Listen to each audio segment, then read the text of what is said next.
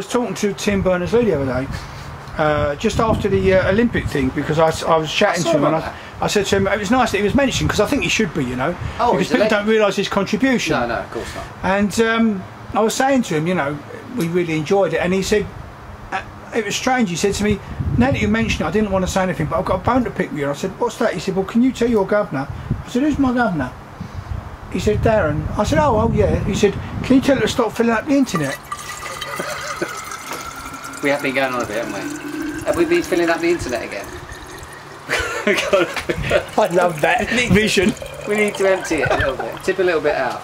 Listen, well, I'll tell you what we'll do. We'll do a short one here, shall we? Tell him we'll do a short one. Yeah, right. We're going to do a little short one, mainly because two reasons. Because of course it was good he was mentioned, though, don't you think? It was nice. Fantastic British inventor. Absolutely. I mean, an absolute. I mean, connected the world. Changed the world. Yeah. Changed the world. Yeah. Literally changed the world. And you know, and that's what can you say? Absolutely. Paul McCartney can't sing no more. That's what you could say. Paul McCartney can't sing. And those chimneys, where do they come from? I know, seriously. Straight out of the ground. And Her Majesty, who knew she had that sort of sense of humour? I never knew she could skydive. I didn't know that either. And James Bond and the whole thing. Brilliant. I mean, you've got to be honest with him. Brilliant. I've got to be honest, Trev. When you looked at that, made you proud. Proud to be British, thank you very much. Made you proud to be British. We do put on a good show, don't we? We do put on a good show. Pomp and all that, we love all that. Love all that. It's going quite well, the Olympics for us, isn't it? Isn't it? So did you see the Jubilee? Jubilee? Yeah. Yeah. Oh, good. Yeah, flag waving. Well, we haven't talked since then. Listen, now we're carrying on again. The internet is filling up as we... Yes, right. it is, yeah. The reason I'm going to be short is because I don't know anything about this beer.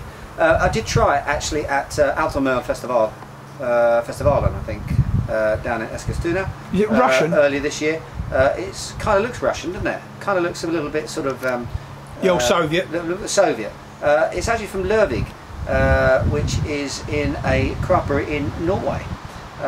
Really quite interesting craft brewery that is basically, I think, is one to watch.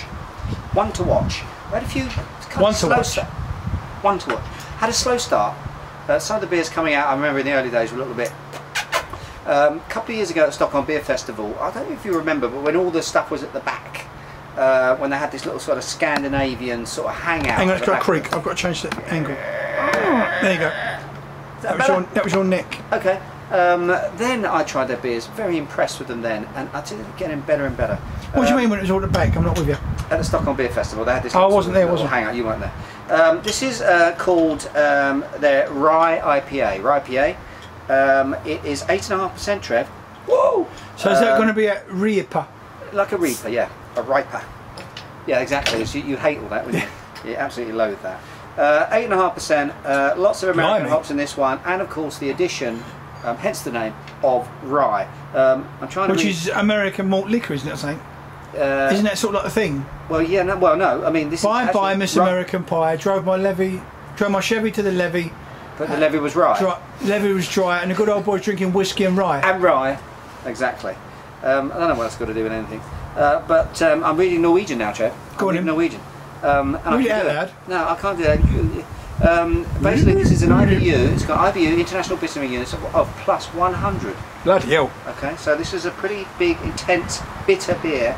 But it's balanced with lots of aroma hops. What have we got in here? We have got Chinook. We've got Citra. Nice. We have Centennial. Nice. So some of your favourites there, Trev. And a little bit of rye in there as well. Rye is a grain actually that's quite cereal, that's quite difficult to deal with in terms of brewing. We've had some rye beers before. I remember Mohawk's Rye, they had a rye IPA. Well, Stefan had an IPA that I really, really enjoyed. Was it an IPA or was it a pale ale? I can't remember. But anyway, it was very, very good. Why is it difficult? Is it it's tough? difficult to deal with, yeah, and it can set in the mash tun quite easily, right. Which means it's, you know, if you get this sort of cake and it actually sets, then you've got to shovel that little baby out, which is why brewers don't really like to deal with it terribly much. You never normally exceed more than 20% of the whole grain bill with rye. Okay. Otherwise, you can get into these problems with it sticking a little bit. Having said that, rye does give the beer this wonderful knäckebröd sort of element to it, Trev. And it gives it that really nice sort of rustic kind of country farmhouse type of edge to it. I do like rye. We're going to be using rye. On the nose, gorgeous smells, absolutely gorgeous. Lots of thick, almost treacly sorts of malt tones to it, and of course, those really punchy American hops. I'm getting mango, I'm getting lychee actually. Getting lychee and a little bit of lemon zest, fresh lemon zest. Almost like the pith actually. Throw away all the lemon. You take the pith? Yellow, take the pith. You take the pith, yeah, exactly. Stick that in there as well. Gorgeous. Oh, and it's rich and it's thick and it smells rich and decadent. And it's a bit slow motion, look. You see that? A bit thick in terms of the actual body of the beer. I gave it a whirl there, Trev. Did you see that? I saw that. I haven't done it for a long time. With I did it up here, look up here, it was pretty good. With a plum. Thank you very much. And you can see, look, some little sticky residual head there. Absolutely wonderful. I think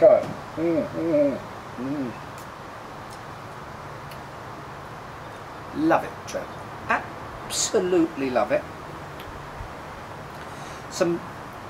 Wow, it is bitter. It is bitter.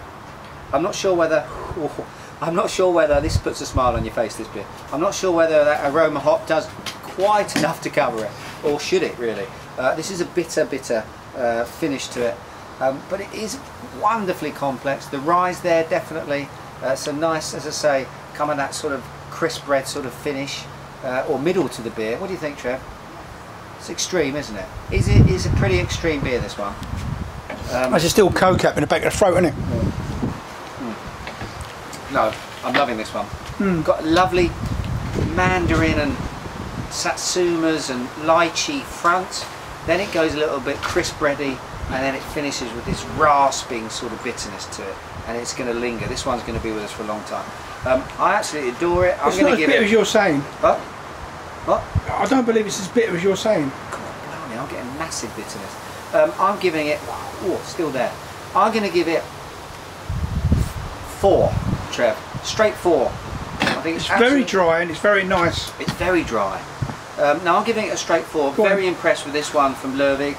More of this sort of stuff, please. That's it, I think, Trev. Should we just?